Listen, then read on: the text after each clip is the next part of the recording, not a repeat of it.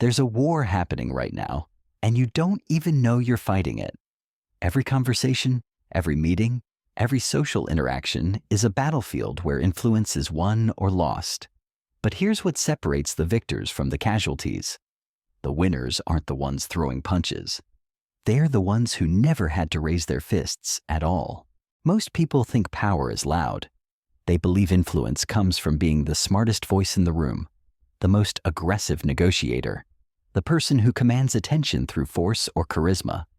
But that's exactly why they lose. Because real power, the kind that reshapes entire landscapes without leaving fingerprints, operates in silence.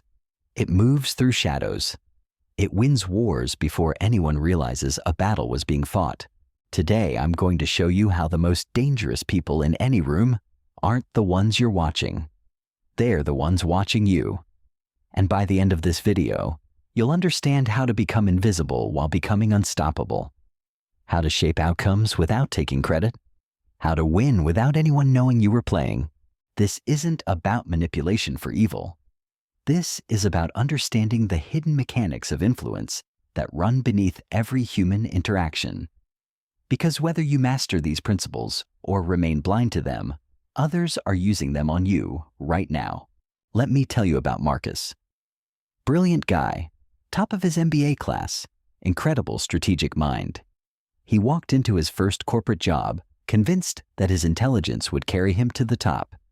He spoke up in every meeting, shared his best ideas freely, corrected his colleagues when they were wrong. He was right most of the time, and he got nowhere. Meanwhile, Sarah from accounting, who barely spoke during meetings, who never seemed to have the flashiest ideas, quietly rose through the ranks. Promotions found her. Opportunities appeared in her path. Senior executives sought her counsel. What Marcus didn't understand was that Sarah had mastered something he hadn't even recognized existed: the art of invisible influence. See, Marcus was playing chess while everyone else was playing poker. He showed his cards, revealed his strategies, made his moves obvious. Sarah understood that the most powerful piece on the board isn't the queen that dominates the center. It's the piece that controls the game without being noticed. This is the shadow game. And once you understand its rules, you'll see it everywhere. In politics, in business, in your own social circles. The person who seems to effortlessly get what they want isn't lucky. They're operating from a playbook that most people don't even know exists. But here's the thing about shadows. They require light to exist. And that light comes from understanding human nature at its most fundamental level. People don't make decisions based on logic. They make decisions based on emotion, then use logic to justify those emotions. People don't follow the strongest leader. They follow the leader who makes them feel strongest. People don't respect the loudest voice. They respect the voice that speaks only when it matters. The shadow player understands these truths and uses them like instruments in an orchestra. They don't force outcomes. They create conditions where the outcomes they want become inevitable. They don't demand loyalty. They engineer situations where loyalty becomes the natural response. They don't fight battles. They position themselves so that battles fight themselves. Think about the last time someone really influenced you to change your mind about something important. I'm willing to bet it wasn't because they argued with you. It wasn't because they overwhelmed you with facts. It was probably because they helped you discover something about yourself. They asked the right questions. They created space for you to reach your own conclusions. They influenced you without you feeling influenced. That's shadow work. And it's not mystical or mysterious. It's psychological precision applied with surgical timing. Now, I know what some of you are thinking. This sounds manipulative. This sounds like dark psychology dressed up in business language, and you're not wrong to be cautious. These principles can be used to harm others, to exploit vulnerabilities, to create outcomes that serve only the shadow player. But here's the reality. These dynamics are already at play whether you engage with them or not. Every day you encounter people who understand these principles and use them to get what they want. Your boss who somehow always gets you to volunteer for extra work. Your friend who consistently steers group decisions toward their preferences. The salesperson who makes you feel like buying was your idea. The question isn't whether these dynamics exist. The question is whether you'll remain unconscious of them, vulnerable to their effects, or whether you'll develop the awareness to recognize them and the skills to use them ethically. Because shadow influence, when applied with integrity, doesn't harm others. It creates win-win outcomes more efficiently than direct confrontation ever could. It helps people make decisions that align with their own best interests. It builds stronger relationships by reducing conflict and increasing mutual understanding. The shadow player doesn't win by making others lose. They win by expanding the pie so everyone gets more while they get what they needed all along. Let me give you a concrete example. Traditional negotiation teaches you to stake out your position and defend it. Make your demands clear. Show your strength. Fight for every concession. This creates adversarial dynamics where someone has to lose for someone else to win. Shadow negotiation works differently. Before the formal negotiation ever begins, the shadow player has already gathered intelligence. They understand not just what the other party wants, but why they want it, what pressures they're under, what would make them look good to their own stakeholders, what fears keep them up at night. Armed with this understanding, they don't enter the negotiation to win. They enter to solve problems. They ask questions that help the other party articulate their real needs. They propose solutions that address those underlying needs while achieving their own objectives. They make the other party feel heard, understood, and respected. The result? Deals that happen faster with less resistance and with stronger relationships that lead to future opportunities. The other party often walks away feeling like they got a great deal, never realizing they were being influenced by someone who understood the deeper game. This is what I mean by winning without being seen. The victory is complete, but it doesn't feel like defeat to anyone involved. In fact, everyone involved feels like they won because the shadow player expanded the possibilities rather than just claiming a larger share of fixed resources. But shadow influence goes deeper than negotiation tactics. It's about understanding how power actually flows in human systems.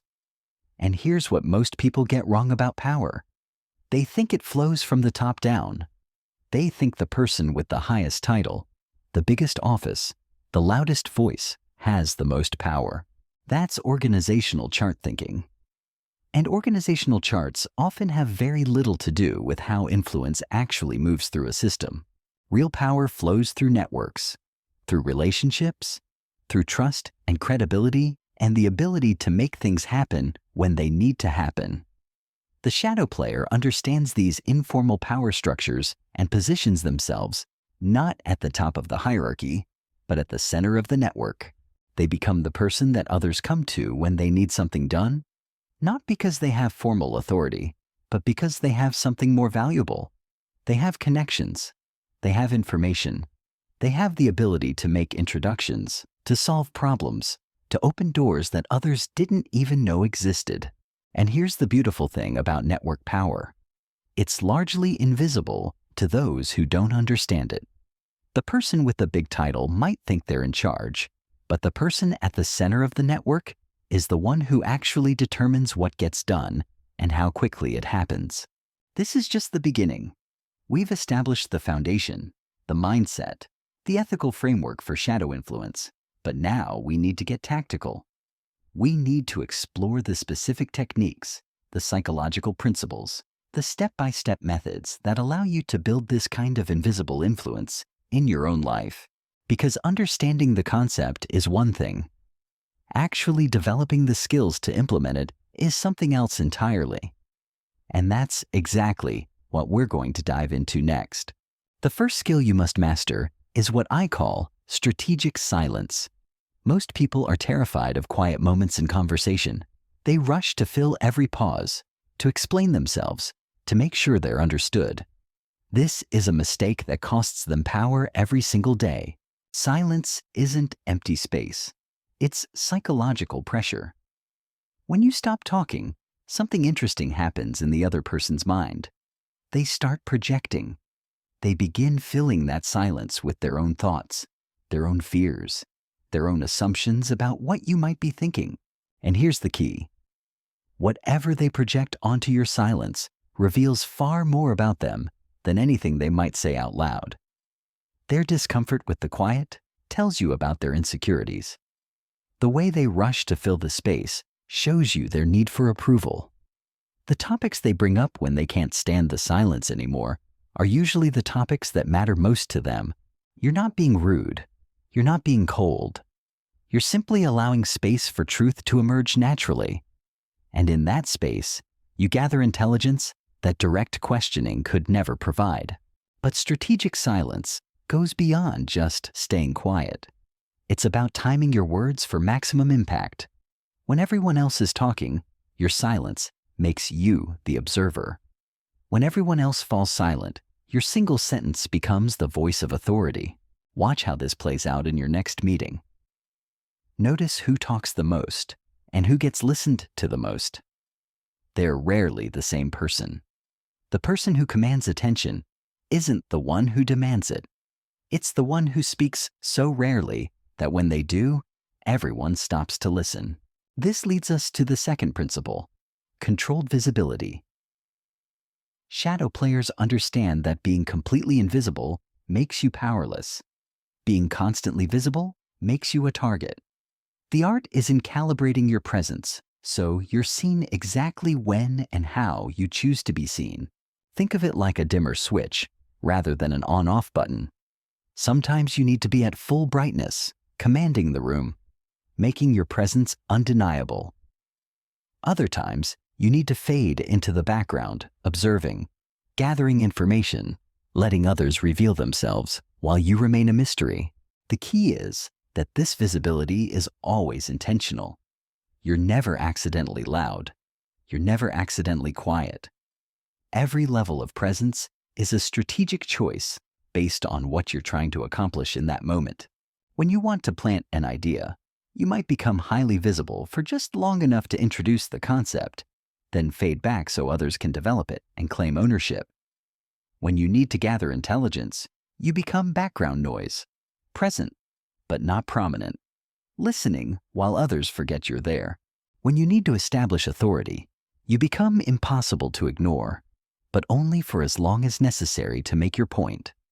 Then you return to the shadows, leaving others to wonder what you're thinking, what you know, what you might do next. This uncertainty is your leverage. People can't prepare for what they can't predict. They can't counter strategies they can't see coming. And they can't resist influence they don't realize is happening. The third technique is what I call emotional Aikido. In martial arts, Aikido teaches you to redirect an opponent's force rather than meeting it head-on. You use their momentum against them, turning their strength into their weakness. Emotional Aikido works the same way. Instead of confronting someone's anger, you redirect it toward a common enemy. Instead of fighting their resistance, you channel it toward obstacles you both want to overcome. Instead of opposing their ego, you feed it in ways that serve your objectives. Let's say you're dealing with someone who's being difficult, who's opposing your ideas out of stubbornness rather than logic. The direct approach would be to argue with them, to prove they're wrong, to overwhelm them with facts. This rarely works because you're attacking their position, which forces them to defend it even more strongly. The Aikido approach is different. You acknowledge their concerns. You validate their expertise. You ask them to help you solve the problem they've identified. Suddenly, their resistance becomes collaboration. Their opposition becomes partnership. Their stubbornness becomes determination to find a solution. You haven't changed their personality. You haven't converted them to your way of thinking. You've simply redirected their energy in a direction that serves your goals while allowing them to maintain their sense of autonomy and authority. This is shadow influence at its finest. The outcome you wanted happens, but it feels like their idea. The solution you needed emerges, but they get credit for developing it. Your objectives are achieved, but everyone involved feels like they won. The fourth principle is information asymmetry. Knowledge is power, but distributed knowledge is leverage. The shadow player doesn't hoard information. They curate it. They become the hub through which valuable intelligence flows, creating dependency without creating resentment. Here's how this works in practice. You make it your business to know things that others need to know. Not secrets or gossip, but useful information that helps people do their jobs better, make better decisions, or avoid costly mistakes. You share this information freely, but strategically. You become known as someone who has their finger on the pulse, who somehow always knows what's happening before everyone else does. People start coming to you, not just for information, but for your perspective on what that information means. Over time, you become indispensable, not because you're the smartest person in the room, but because you're the most connected. You're the person who can answer questions that others didn't even know to ask. You're the one who can provide context that turns raw data into actionable insight. And here's the beautiful part. The more valuable you become to others, the more information they share with you. It becomes a self-reinforcing cycle where your influence grows organically without you having to demand or fight for it. But information asymmetry isn't just about knowing more than others. It's about knowing different things than others. While everyone else is focused on the obvious metrics, the public announcements, the official communications, you're paying attention to the subtle signals. You notice who talks to whom in the hallway. You observe whose ideas get implemented and whose get ignored. You track the informal alliances and the hidden tensions that don't show up on any organizational chart. This peripheral awareness gives you a three-dimensional understanding of your environment that others lack. The fifth technique is what I call strategic seeding. Ideas are like plants. They grow stronger when people believe they discovered them naturally, rather than having them imposed from the outside. The shadow player doesn't present fully formed solutions. They plant seeds of possibility and create conditions for those seeds to flourish. This might mean asking a question that leads someone to your conclusion. It might mean sharing a story that illustrates your point without explicitly making it. It might mean introducing two people who you know will generate the outcome you're looking for when they collaborate. The key is patience. Seeds take time to grow. Ideas need space to develop. People need to process concepts at their own pace before they can truly embrace them. The shadow player understands this timing and works with natural rhythms rather than against them. When done correctly, strategic seeding creates outcomes that feel inevitable rather than engineered. People look back and think the solution was obvious all along. They can't point to any moment when they were persuaded or influenced, because the influence happened so gradually and naturally that it felt like their own thought process. This is the deepest level of shadow work. You're not just influencing decisions. You're shaping the environment in which decisions get made.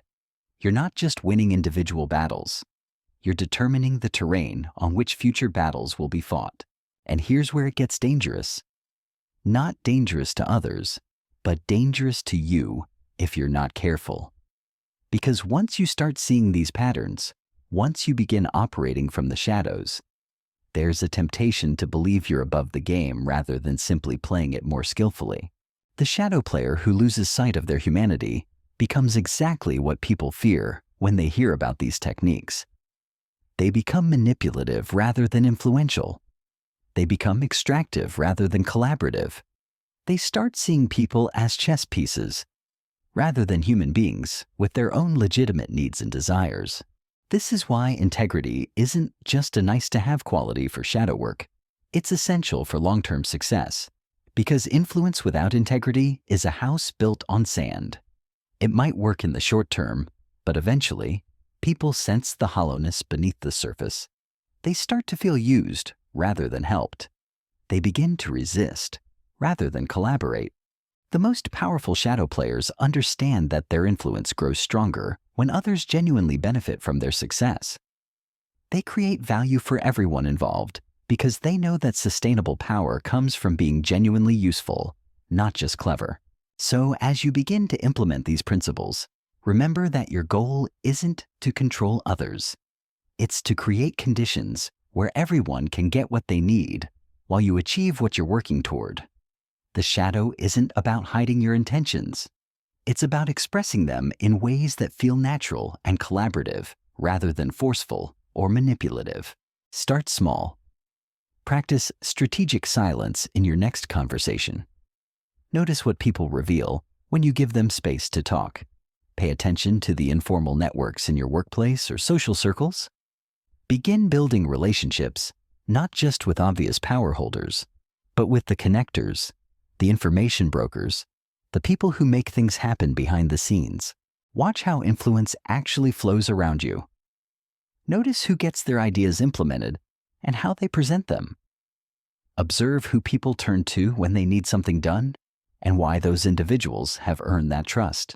Most importantly, remember that shadow influence is a long-term game. You're not trying to win today's battle through force. You're positioning yourself to win tomorrow's war through preparation, patience, and precision.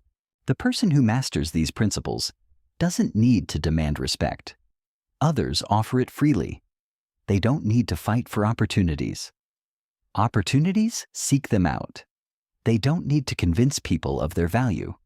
Their value becomes self-evident through their actions and their results. This is how you win without being seen. Not by hiding from the game, but by playing it so skillfully that others don't realize you're playing at all.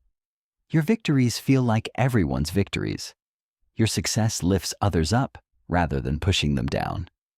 Your influence grows stronger precisely because it remains invisible. The shadows aren't about darkness. They're about operating from a place of clarity and purpose that others haven't yet learned to see. And once you understand this distinction, you'll never look at power the same way again. Because in the end, the greatest victory isn't defeating your enemies. It's turning them into allies without them ever realizing they changed sides. That's the true art of shadow influence. And now you have the foundation to begin mastering it yourself.